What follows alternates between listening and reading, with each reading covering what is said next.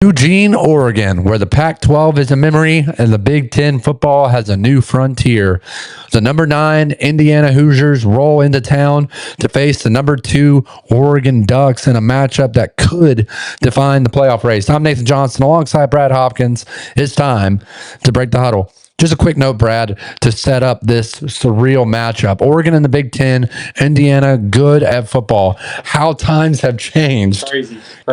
Brad, which is weirder to you, Indiana being a playoff team or Oregon wearing Big Ten patches on their uniforms? That's the question. I mean, thinking about this, Indiana going to Oregon in a Big Ten game is, it's and a top 10 matchup at that, and it's not basketball. It's not about, Bob Knight's not going to throw a chair across the court. It's still weird to me. You saw Penn State go to UCLA, of course, get upset last week, and that was a conference matchup. Man, it's weird. It's the way college football is. I'm still here for it. Just a quick side note, even seeing all these ACC teams travel out to Cal, travel out to Stanford, it's crazy, but it's college football, and we love it. We love it for that reason. Well, and speaking of the ACC, you got a team like NC State playing Virginia, and it's not even a conference matchup. Crazy. I mean, I don't know what to make of all this, but it's going to be a great matchup. Saturday afternoon, big matchup in Eugene, Oregon, 3:30 kickoff on CBS. Sorry about the graphic down below again. Forgot to change it. My apologies. This is a big matchup for both of these teams. And first off, I know we're going to get into the storylines, but how about this quarterback matchup? That's the storyline for us. Mendoza versus Dante Moore. Quick thoughts, couple sentences, quick thoughts on this quarterback matchup. And yeah. Yeah, Nate, hands down to me, it's the quarterback matchup of the year so far. It may be of this season. Of the century. Mendoza has just been tremendous. I mean, we were impressed by this guy at Cal last year, and then Dante Moore had an encouraging freshman season, and I got to say hats off to him. He transferred to Oregon, knew he was going to sit last year, and he didn't go somewhere else. He stuck it out, and this guy he's playing like the 5-star that he was coming out of high school. I'm unbelievably excited to watch this just for this matchup. I mean, both these guys can push the ball downfield. I think Dante is a really, really true dual threat. And Mendoza, I didn't realize that this guy's huge. 6'5", maybe about 230. Just two really, really good athletes. And I know we were commenting off there, they are both so efficient. The completion percentage for both these guys is just unbelievable. Off the charts. Dante Moore's got 34 incompletions this year in 5 games. That's 134 attempts, by the way. 134. That's right around 7 incompletions a game. That's tremendous. That's tremendous. We're going to see high level quarterback play between these two on Saturday. Yeah, I know we got a lot of flack for Dante Moore early on in the season, saying that he didn't have a lot of experience. Well, I think it's safe to tell the fans now he's got the experience. Went on the road 2 weeks ago to Happy Valley and beat Penn State in the whiteout in a thrilling overtime win, 30-24. Dante Moore played a massive role in that win. Just played incredible on the road in a hostile environment, probably the biggest atmosphere he's ever played in. Can they swing back and carry that momentum into another top 10 matchup versus Indiana at home? You say what you want. A lot of teams ride the wins too much and it affects them. I'm curious to see how this one turns out.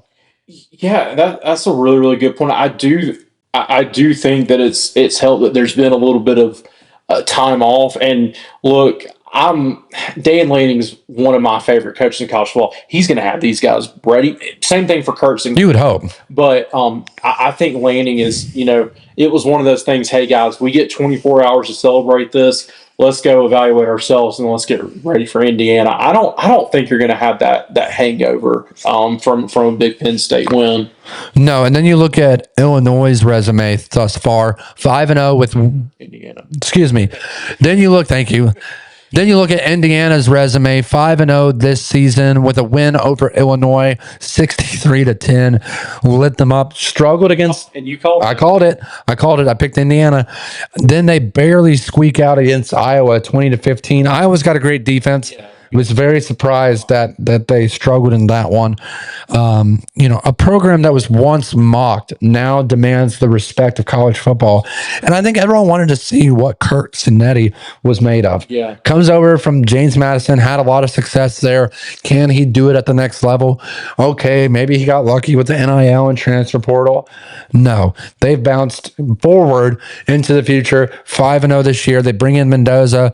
Maybe he gets lucky 2 years in the portal, but either way, I mean, he's just had phenomenal quarterback play. These guys rally around him. They play hard for him.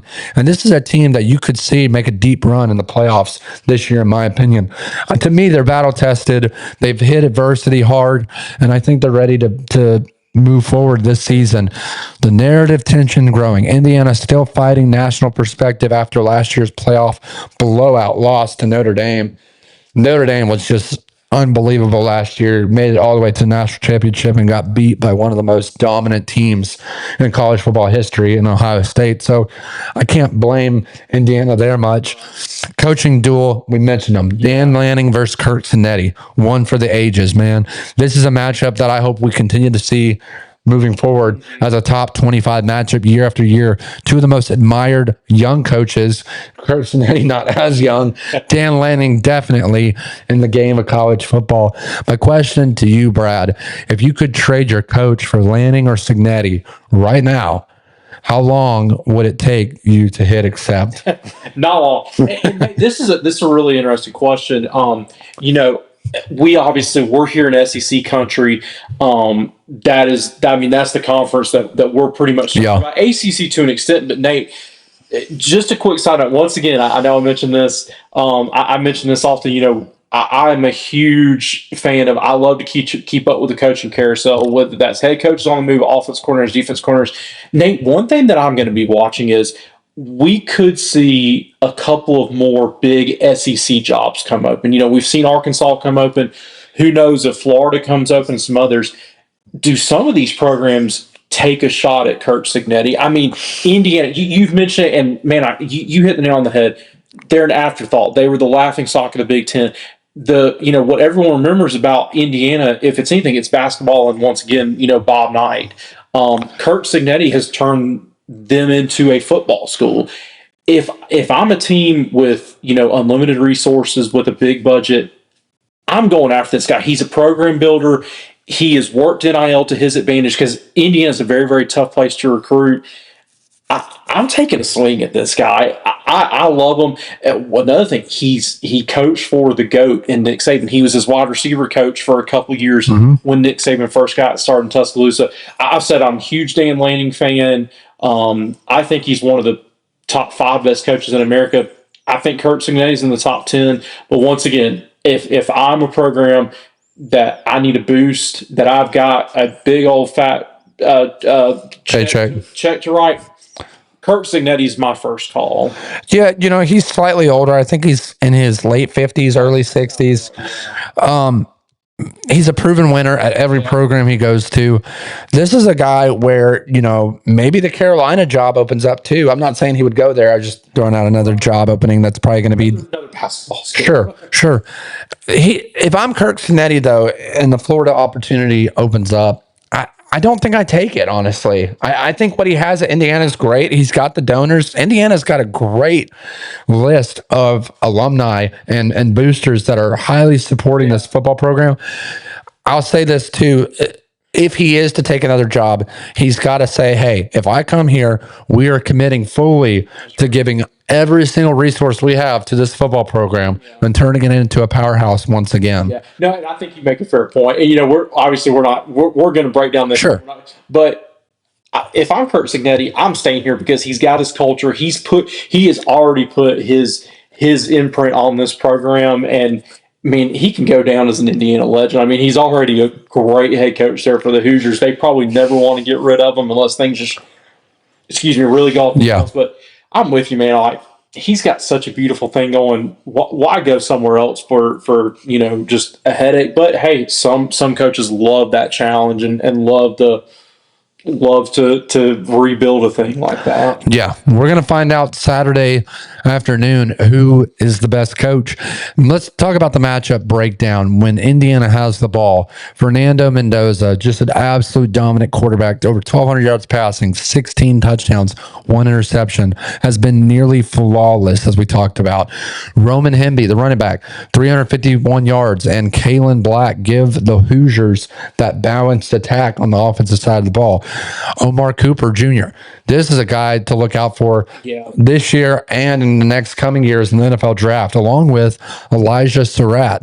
Headline, a deep wide receiver room, a combined 12 touchdowns in the wide receiver room. Unreal. Key stats to look for. Indiana averages 47.8 points per game, 6th in the nation right now, Brad. Oregon defense allows just 10.8 points per game. Strength versus strength.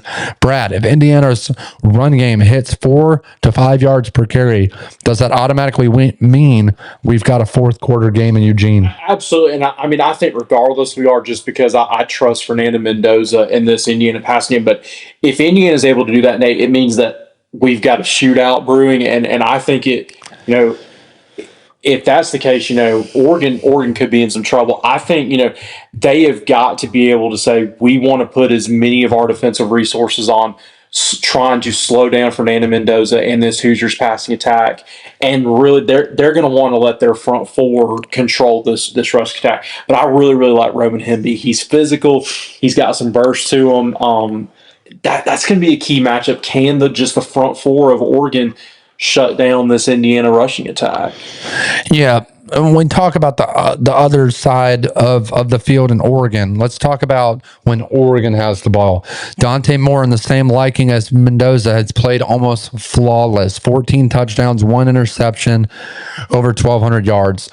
Wide receivers, Decorian Moore, Malik Benson, Keon Sadiq at the tight end position make this offense dangerous at all levels. This is a phenomenal offense. Offensive line plays outstanding as well. Running behind that offensive line, Deere Hill Jr. averaging 10.4 yards per carry. That's crazy. As a freshman. Yeah. I mean, you couldn't ask for a better result if you're Oregon's offense. Indiana's defense on the other side has been electric to watch. 16 sacks, 7 interceptions, 3 of those coming from defensive back Lewis Moore, who is just an absolute ball hawking secondary defense. I mean, it's just unreal. The chess match. Brad, can Oregon's tempo and balance wear down a disciplined Hoosiers front? Yeah, that's going to be, Nate, that's a great question. I'm interested to see, and I know we both really, really like this guy, what kind of wrinkles does Oregon offense coordinator Will Stein throw into the game plan on Saturday? And I think one thing, this is no disrespect to Indiana, but Nate, I think where the difference is going to make is Oregon's team speed. I mean, you talked about Malik Benson, true freshman, very, very talented receiver to carry on more. He's Oregon's leading receiver right now at this point. I think Indiana's going to have a little bit of a wide-eyed gaze when they experience Oregon's team speed on Saturday, and I think Will Stein is going to look to really, really press and really they're gonna I think really, really push the issue of going as fast as possible. Yeah. And then we look at the X factors and keys to victory. Run game for Indiana has to be efficient, right? Mendoza's composure and the noise is going to play a big role. We see a lot of college football stadiums and the loud atmospheres, the Sanford stadiums, the Penn State whiteout, the Alabama Tuscaloosa at night. Oregon's got a pretty loud stadium too. I mean, it is not necessarily the biggest in terms of capacity. I think it's around 60-something thousand. But man, that the way the stadium is built, that loud is going to be crazy. And like I have here in my notes, 60,000 feels like 100,000. Oregon gets the home field advantage in this one. They don't have to play on the road. Indiana must handle that decimal level in Oregon. Turnover margin is vital. Both teams +6 on the year. My question for you, if Oregon jumps ahead early, can Indiana win playing from behind? That's going to be an uphill battle. And Nate, I just simply go back to the fact that Indiana is a veteran program. Fernando Mendoza, a very, very veteran quarterback. And Curt Cignetti is not going to go down without a fight. But if Oregon jumps early, that's going to be a tough uphill battle. Just Autzen Stadium with the lead with this top 10 matchup. That's going to be a crazy atmosphere. Prediction time for us here at Break the Huddle. Number 7, Indiana goes on the road to take on number 3, Oregon. Oregon currently favored by 7.5. You got to think home field advantage plays a massive role in that. And the fact that they're coming off of a week of rest, along with beating a very, very good team in Penn State. Regardless of what happened this past Saturday, Penn State's still an unbelievable team in their own right. Had to travel all the way across the country. So I'd say, Brad, Oregon, a 7.5 point favorite, too steep for a team this balanced on both sides. What is your prediction for this Big Ten matchup on Saturday afternoon? I think this is a unbelievable head coaching matchup. It's an unbelievable quarterback matchup. I'm going to take the Ducks in this one. I think it's going to be less than 7. I think we're going to have a fourth quarter game. And it really, Nate, I've said it comes down to 3 factors for me. 1, Oregon's team speed. 2, Autzen Stadium, I think, is going to be electric. And 3, I think Dan Lanning and Oregon's front 7, I think they control it. We've not really talked about Oregon's defense. They have a tremendous defense. Dan Lanning is one of the finest. He's one of the best defensive coordinators in the country. I think that front 7 starts to get home. And I don't necessarily think just, rattle Fernando Mendoza, but maybe, he starts to feel a little bit uncomfortable in the pocket. Maybe makes an errant throw here and there. And I think those are the 3 factors that ultimately give the Ducks the win on Saturday. Yeah, this is going to be a matchup for the ages. I know it's Indiana versus Oregon. Everyone's like, so what? Right? Even as a top 10 matchup, they're like, but it's not Alabama, Georgia. It's not Ohio State, Michigan in previous years. But for this year, this game matters a lot to both of these teams, and this is a playoff game. Both of these teams come into this one undefeated. Someone's going to come out on Saturday afternoon with a loss, and that changes the complete trajectory. That's the word I was thinking of their season. And for me, it changes for Indiana. Look, I wanted so badly to pick Indiana. I really did. And if this game is 2-3 weeks ago, I probably do pick Indiana, to be honest with you. They're just that type of team. I picked them to upset Illinois, and they did. And I think they have a good chance of beating Oregon on the road Saturday. I just think Dante Moore is playing at an elite level. It's the home field advantage. It's the Oregon defense that has just been playing lights out. They've already had their biggest test on the road in Penn State. Give me the Oregon Ducks. If Indiana wins this game, it's because Oregon's slacking and they're too much on a hangover high from that win at Penn State, because that was one of the biggest wins for Dan Lanning in his career at Oregon, outside of probably beating Ohio State in the regular season last year. But for this one, give me the Oregon Ducks in a close one. I agree with you, Brad. I think Indiana does cover the spread. I think they keep this one close. But give me Oregon 31-24 in this one, just under the spread at 7 points. So give me Oregon. Let us know down in the comments what you think about this matchup. Give your score predictions, and be sure to hit that subscribe button to help us reach 1,000 subs. We really appreciate all the support, and we'll see you next week. It's time to break the huddle.